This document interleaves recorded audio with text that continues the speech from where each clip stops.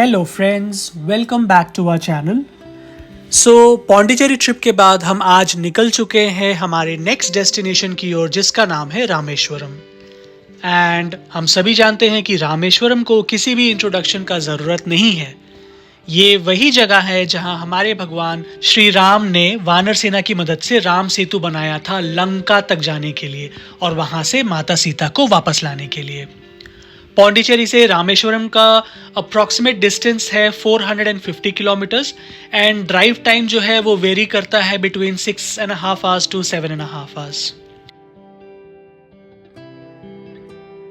रामेश्वरम में हमारा stay 2 nights का था एंड इस वीडियो में हमने यहाँ पर जितने भी घूमने का प्लेसेस है वो सारे कवर किए हैं। फॉर एग्जांपल यहाँ पे जो ज्योतिर्लिंग मंदिर है, राम सेतु, धनुषकोडी, APJ अब्दुल कलाम म्यूजियम और भी बहुत कुछ।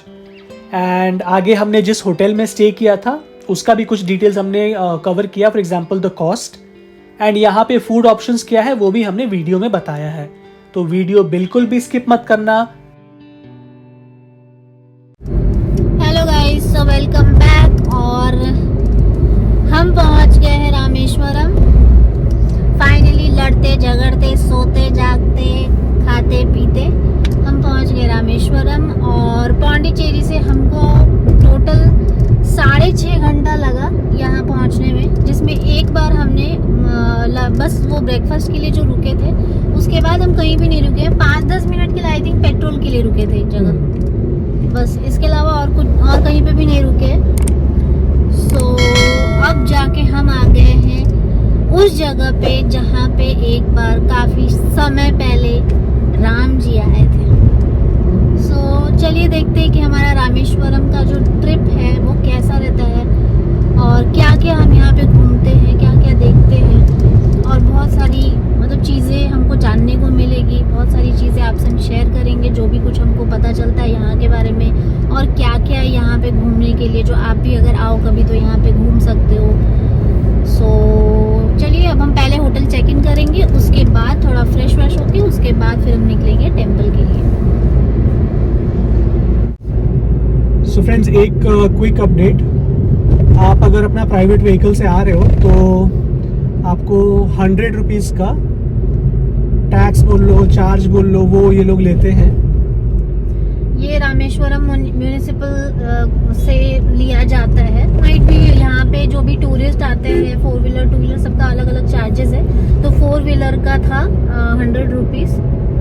सो वो हमने पे किया है और हम ऑलमोस्ट पहुँच ही गए हैं। मेन सिटी बोल सकते हैं आप, रामेश्वरम जो मेन सिटी है वहाँ पे पहुँच गए हैं। बस 2 मिनट में और हम अपने रूम पहुँच जाएंगे, फिर आपको अपडेट देते हैं।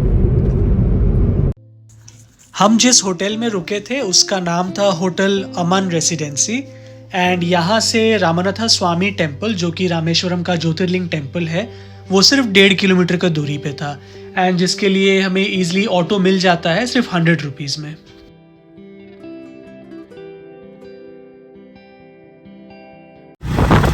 तो अभी हम लोग ऑटो में बैठ गए हैं और अभी हम जा रहे हैं ज्योतिर्लिंग टेम्पल।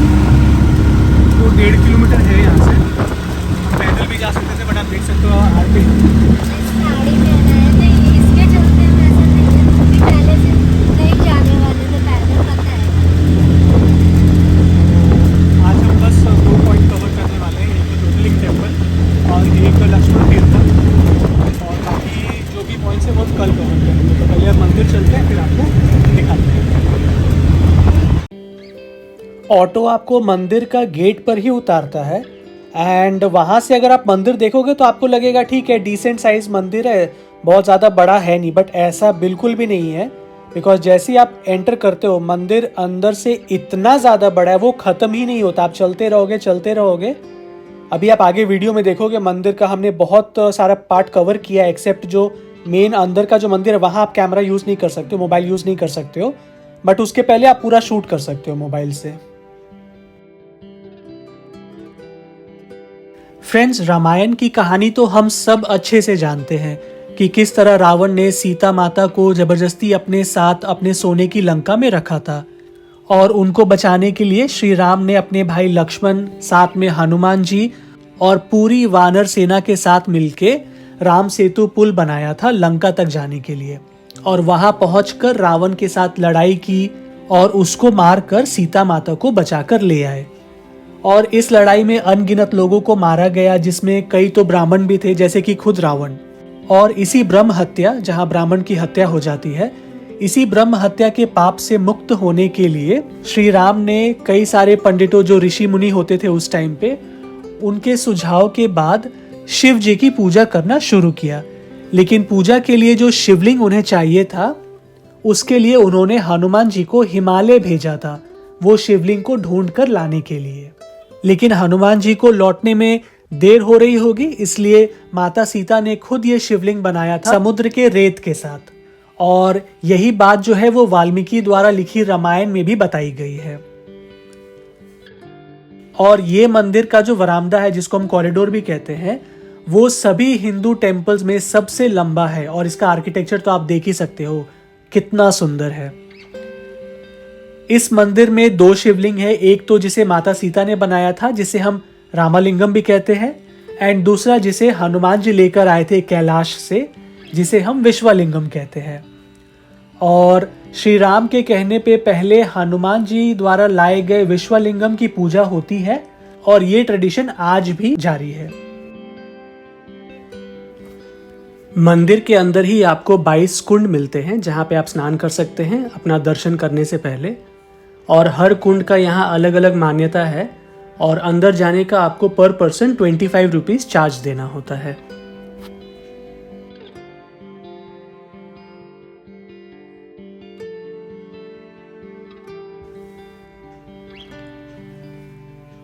रामनाथ स्वामी मंदिर के दर्शन के बाद हम आ गए हैं अपने अगले डेस्टिनेशन पे, जिसका नाम है लक्ष्मण तीर्थम।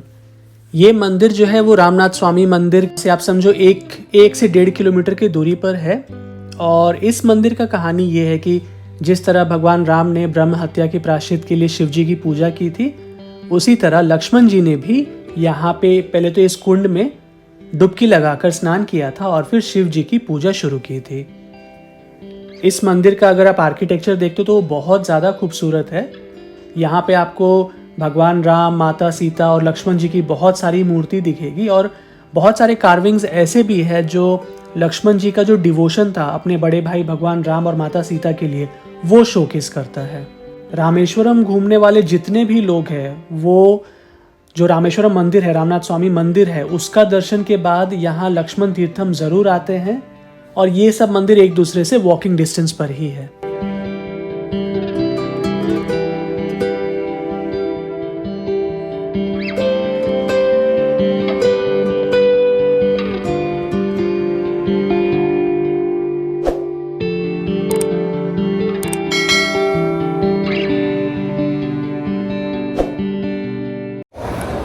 हे गाइस, तो आज डे 2 है और आज हम बाकी प्लेसेस कवर करने वाले हैं। सुबह 9 बज रहा है, हम निकल गए हैं। अभी हम ब्रेकफास्ट के लिए GDF प्लाज़ा, जो कि डॉक्टर APJ अब्दुल कलाम मेमोरियल जो है उसके जस्ट ऑपोजिट में ही है।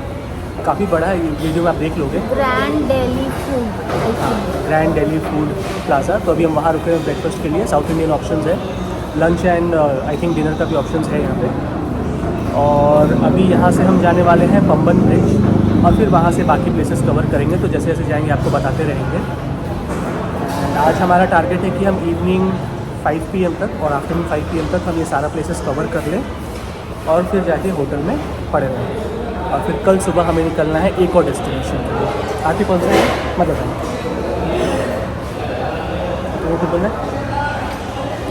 ठीक है, तो हम अपना ब्रेकफास्ट करते हैं, फिर पंबन ब्रिज चलते हैं और आपसे बात करते हैं।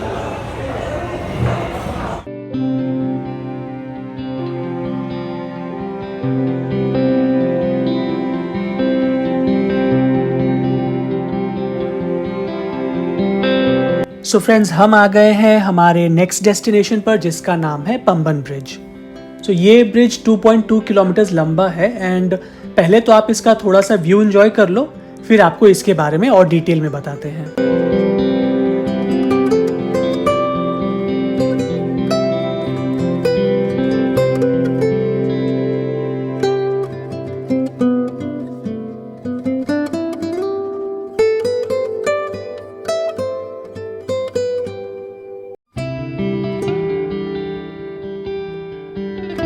सो फर्स्ट ऑफ ऑल यहाँ हवा इतना ज़्यादा तेज चल रहा था कि हमें जो लाइव ऑडियो है वो म्यूट करके उस पर वॉइस ओवर देना पड़ गया है। सो आप यहाँ का विंड का कंडीशन का आप अंदाज़ा लगा सकते हो, हमारा हेयर का जो बुरा हाल हुआ है वो देख के। सो अब बात करते हैं इस ब्रिज के बारे में। सो आपने ऑलरेडी नोटिस कर लिया होगा कि समुद्र में आपको 2 रेलवे ब्रिजेस दिख रहे होंगे। सो जो फर्स्ट ब्रिज था उसका कंस्ट्रक्शन 1914 में शुरू हुआ था और उस वक्त ये इंडिया का फर्स्ट सी ब्रिज था। और ये ब्रिज जो है वो मंडपम से रामेश्वरम को कनेक्ट करता है वाया रेल रोड। एंड ये अगेन ओवरऑल 2.2 किलोमीटर लंबा था और ये ब्रिज जो है वो सेंटर से खुल जाता था, जो लार्ज शिप्स होते थे उसको पासिंग देने के लिए। बट बिकॉज ये ब्रिज को ऑलमोस्ट 100 ईयर्स से ऊपर हो चुका था, so due to security reasons government ने डिसाइड किया कि यहाँ पे एक न्यू ब्रिज बनाया जाए, जो अगेन जो कनेक्टिविटी था वो वही मंडपम से रामेश्वरम का ही कनेक्टिविटी था। और इस बार ये 2 किलोमीटर लंबा ब्रिज था एंड ये इंडिया का फर्स्ट वर्टिकल ब्रिज होगा और अगेन इंडिया का सेकेंड लार्जेस्ट सी bridge. So friends, Pamban bridge आना एंड स्पेशली यहाँ का ये जो विंड प्रेशर है इसको एक्सपीरियंस करने का एक अलग ही मज़ा था। और यहाँ आप ब्रिज पर ही साइड में अपना व्हीकल रोक सकते हो और यहाँ आने जाने वालों को बस प्रॉब्लम ना हो तो आप उस हिसाब से अपना व्हीकल पार्क कर लो और यहाँ रुक के आप ये व्यू एंजॉय कर सकते हो। सो फ्रेंड्स, हमारा अगला स्टॉप है विलोंदी तीर्थम एंड ऑनेस्टली इस जगह का जो कहानी है वो मेरा पर्सनल फेवरेट है, जो अभी आगे चल के आपको हम बताने वाले हैं वीडियो में।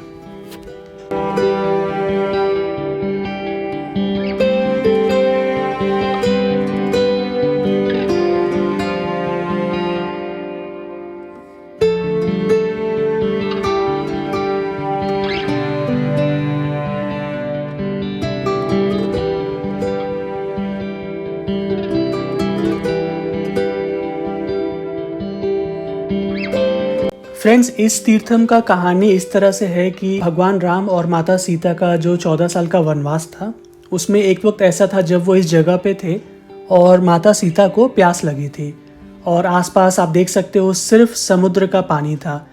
तो भगवान राम ने अपना एक तीर, जो तीर धनुष है, वो एक तीर को यहाँ ज़मीन पर रेत पर चलाया जिससे कि यहाँ पीने का पानी निकलने लगा और उसके बाद उन्होंने अपना तीर और धनुष यहाँ रेत के अंदर रख दिया था।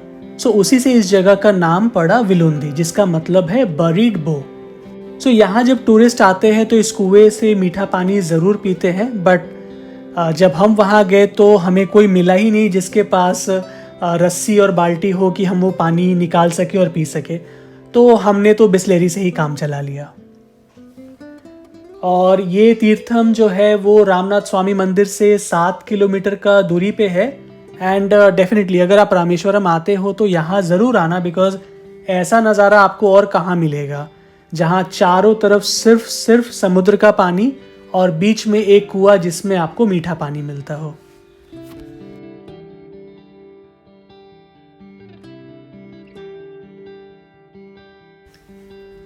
और हम आ गए हैं एक ऐसी जगह जो कि डेडिकेटेड है हमारे former president and scientist doctor APJ Abdul Kalam. इस मेमोरियल का इनॉग्रेशन जो है वो 27 जुलाई 2017 को हमारे प्राइम मिनिस्टर नरेंद्र मोदी ने किया था एंड मेमोरियल का जो ऑपरेटिंग आवर्स है वो मॉर्निंग 10 AM से 5 PM तक है। और ये मेमोरियल जो है वो बनाया गया था to acknowledge the contribution, basically pay tribute to our very own India's rocket man. But unfortunately अंदर कैमरा या मोबाइल से वीडियोस या फोटोज़ लेना स्ट्रिक्टली मना था, तो हम कुछ शूट तो नहीं कर पाए। बट वी हाईली रेकमेंड कि अगर आप रामेश्वरम आते हो तो ये मेमोरियल ज़रूर आना। अंदर आपको डॉक्टर APJ अब्दुल कलाम के लाइफ से जुड़ा बहुत सारा बात पता चलेगा, इंक्लूडिंग वो सारे रॉकेट्स का रेप्लिकाज वहाँ पे मौजूद है जिस पे उन्होंने काम किया था। एंड ऑनेस्टली कई जगह तो उनका जो स्टैच्यू बनाया हुआ था वो इतना रियलिस्टिक था कि हमें लगा कि खुद डॉक्टर APJ अब्दुल कलाम वहाँ बैठे हो हमारे सामने। सो आप अगर यहाँ हो तो ये जगह बिल्कुल भी मिस मत करना। और फाइनली हम निकल पड़े हैं अपने लास्ट डेस्टिनेशन इन रामेश्वरम की ओर, जिसका नाम है धनुषकोडी। और ये हमारा ही लास्ट पॉइंट नहीं बल्कि इंडिया का भी लास्ट पॉइंट है साउथ की डायरेक्शन में। ये वही जगह है जहां भगवान राम ने वानर सेना के साथ मिलकर राम सेतु पुल बनाया था रावण तक पहुंचने के लिए। और ये पुल भारत में रामेश्वरम से चलकर मन्नार आइलैंड जो कि श्रीलंका में है उसको कनेक्ट करता था। और वापस आने के बाद विभीषण के कहने पर राम जी ने इस राम सेतु पुल को तोड़ दिया था अपने तीर और धनुष से, और जिसके बाद इसका नाम पड़ा धनुषकोडी, जिसका मतलब है एंड ऑफ बो। बट ये जगह जितना खूबसूरत है उतना ही बुरा इसका पास्ट था। सो धनुषकोडी एक साइड पर जैसे आप जानते हो बे ऑफ बंगाल है और दूसरे साइड पर इंडियन ओशन। ये एक स्मॉल टाउन था जहाँ लोग रहते थे। यहाँ पे स्कूल हुआ करता था, church, market, temple, post office, यहाँ तक कि यहाँ अपना एक रेलवे स्टेशन भी हुआ करता था। और एक वक्त था जब इस जगह को इंडिया का रिचेस्ट फिशिंग बेल्ट भी कहा जाता था। और उस वक्त ये इंडिया और श्रीलंका को कनेक्ट करने वाला एकमात्र लैंड बॉर्डर था। फिर आया 1964 का वो साल जिसमें एक मैसिव साइक्लोन ने इस पूरे जगह को डिस्ट्रॉय कर दिया। 1800 से ज़्यादा लोगों की जान चली गई थी साइक्लोन में, जिसमें कि एक पैसेंजर ट्रेन में बैठे 115 लोग भी इस साइक्लोन से नहीं बच पाए। तब से इस जगह को घोस्ट टाउन के नाम से लोग बुलाने लगे थे। और एक काफ़ी बड़ा पोर्शन ऑफ लैंड जो था वो समुद्र के अंदर चला गया था because of this cyclone. But अब धीरे धीरे लोग वापस आ रहे हैं यहाँ पे, एंड ग्रेजुअली यहाँ पे टूरिज़्म भी बढ़ रहा है। लेकिन आज भी यहाँ पे कोई प्रॉपर स्टोर आपको नहीं मिलेगा, कोई शॉप ऐसा नहीं दिखेगा। इनफैक्ट धनुषकोडी में आपको एक वॉशरूम तक भी नहीं मिलेगा। यहाँ पे छोटे छोटे हट्स बने हुए हैं जिसमें जो लोकल फिशरमैन है यहाँ पे फूड सेल करते हैं, जैसे फ्राइड फिश हो गया, फूड हो गया, फिश थाली हो गया, इस तरह का खाना आपको यहाँ मिल सकता है। एंड बिकॉज अब धीरे धीरे टूरिस्ट भी वापस आ रहे हैं इस जगह पे, तो इससे क्या हो रहा है कि जो लोकल्स है यहाँ पे उनको काफ़ी सपोर्ट मिलता है मॉनेटरी वाइज। और इस प्लेस का एक ड्रॉबैक भी है, एंड स्पेशली वो जो हॉलीडेज होता है ना, उस दिन क्या होता है यहाँ पे इतना व्हीकल्स, इतने लोग आ जाते हैं कि पार्किंग करना, और अगर आप कर भी लिए तो पार्किंग से निकलना एक बहुत बड़ा चैलेंज हो जाता है। तो अगर आप कभी हॉलीडे में आ रहे हो तो वील सजेस्ट कि भाई आप अपना व्हीकल थोड़ा पहले ही पार्क कर लो। आप वॉक कर सकते हो उतना दूर, ऐसा भी नहीं है कि आपको 4 किलोमीटर पहले पार्क करना है।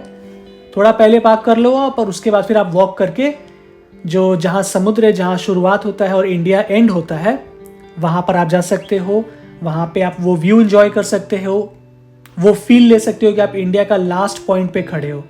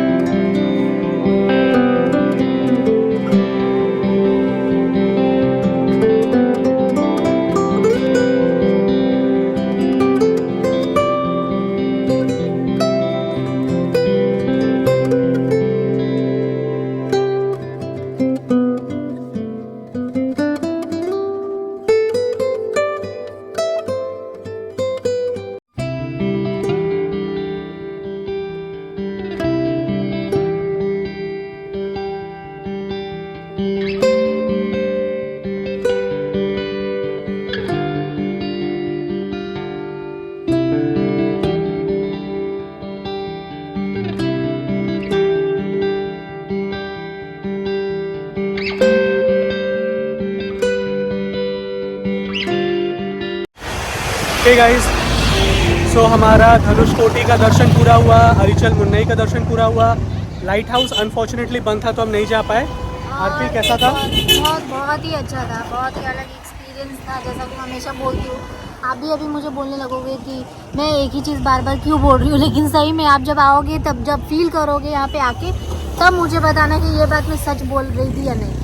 सो बहुत अलग एक्सपीरियंस था। इंडिया जहाँ पे ख़त्म होता है गाइस, जहाँ पे इंडिया का मैप एंड होता है, वो जगह पे तो वो अलग एक्सपीरियंस कैसे नहीं होगा, आप मुझे बताना।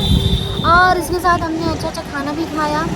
और यहाँ बीच के पास ही आपको जो लाइव कैच होता है वो फ्राई करके देते हैं और प्राइस बिल्कुल भी एक्सपेंसिव नहीं है। तो हाँ, एक चीज़ बहुत अच्छा है, रीजनेबल है सब कुछ यहाँ पे। जैसा कि और जो भी बीचेस रहते हैं वहाँ पे जो प्राइस रहता है, जो लूट होता है वो यहाँ नहीं है। वो नहीं है। और सामान भी बहुत सारे सामान भी हमने लिया है यहाँ पे, लेकिन उसका भी प्राइस बहुत ही सही है, एकदम भी आपको नहीं लगेगा। जबकि मुझे बल्कि मुझे ज़्यादा लग रहा है कि पुणे से भी कम है। इनफैक्ट पुणे में भी बहुत ज़्यादा है हर चीज़ का, जो यहाँ पे मिल रहा है वो बस एक ही सजेशन है गाइस, यहाँ पे जो सैंड है वो बहुत ज़्यादा हवा के चलते उड़ता है, लिटरली बहुत ज़्यादा। तो अगर आप आ रहे हो तो आप ग्लासेस ले लेना एंड कैप। सब लेके आते हैं, ये तुम्हारी तरह कोई नहीं जो हमेशा मेरे से ही लेके मांगते रहते हो। और कैप भी बहुत ज़रूरी है। तो हम यहाँ से चलेंगे धनुषकोटी और राम सेतु और अरिचल मुनई, ये तीनों जगह जो है यहीं पे है। तो ये तीनों हमारा कंप्लीट हुआ। और इसके साथ आप हमारे इस ब्लॉग में जो हमारा रामेश्वरम का ब्लॉग है, जो वो खाते पीते घूमते फिरते यहीं पे एंड करेंगे हम। अब बस हम होटल जाने वाले हैं। हमारे पास बहुत टाइम है। इनफैक्ट एक और चीज़, आप चाहो तो पूरा जो यहाँ पे घूमने का स्पॉट्स है वो हम डिस्क्रिप्शन में दे देंगे। वो आप एक्चुअली एक दिन में आप कवर कर सकते हो। तो अभी देखो, अभी 2:30 बज रहा है और हम लोग अभी मतलब फ्री हो गए और कुछ बचा नहीं है। तो जब भी इधर आइए आप, तो रामेश्वरम तो एक अलग ही लेवल का धाम है, ये बहुत बड़ा। तो यहाँ पे अगर आइए तो आप ये सब चीज़ जरूर एक्सपीरियंस करिएगा, बहुत अच्छा लगेगा, बहुत ही अच्छा एक्सपीरियंस था। सो वंस अगेन गाइस, अच्छा लगे तो लाइक कर देना, शेयर कर देना। बारिश स्टार्ट हो गया है फाइनली, बहुत अच्छा लगा, बारिश भी हुआ। बट वेदर ठीक है। हाँ, वेदर बहुत अच्छा है, गर्मी एकदम भी नहीं है, धूप भी नहीं है। सब हम निकलते हैं यहाँ से। आज के ब्लॉग को यही एंड करते हैं। सब्सक्राइब कर देना चैनल को और मिलते हैं एक और नए ब्लॉग में। तब तक के लिए बाय बाय। और फाइनली फ्रेंड्स, जिस होटल में हम रुके थे, होटल अमान रेसिडेंसी, वहाँ पे हमारा 2 दिन का स्टे का चार्ज लगा था 3000 rupees, so 1500 for the night. And जो पौंडीचेरी से रामेश्वरम और रामेश्वरम घूमने का जो हमारा टोल लगा था वो था 345 रुपीज़। होटल का सारा डिटेल्स हम डिस्क्रिप्शन में दे देंगे, आप वहाँ से चेक कर सकते हो।